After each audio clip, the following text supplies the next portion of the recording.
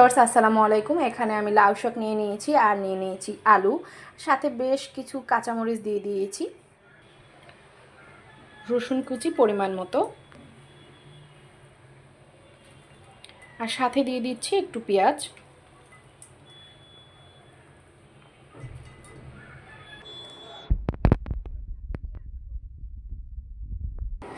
ঢাকনা খুলে দেখব পানি বের হয়েছে কিনা। বেশ পানি বের হয়ে গিয়েছে। এরপরে আমি লবণ দিব। আমি লবণটা এভাবে দিই, আপনারা চাইলে যে কোনোভাবে আগেও ছড়িয়ে ছিটিয়ে দিতে পারেন। আমার মনে হয় লবণটা এইভাবে দিলে সম্পূর্ণ শাকের গায়ে লবণটা লেগে যায়, কারণ এই পানির সাথে তো শাকটা মিশে যায় আর কি। এবার নেড়ে চেড়ে মিক্সড করে নিব। আর রান্না করি আলু ভাজি।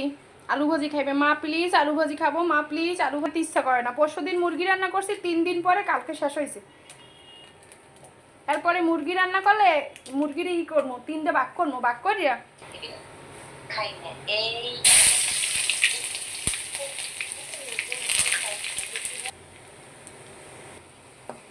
রুহানির আরে বিয়ে করে 5 বছর পর হালাই যাওয়া উচিত। হ্যাপারও কি করবে?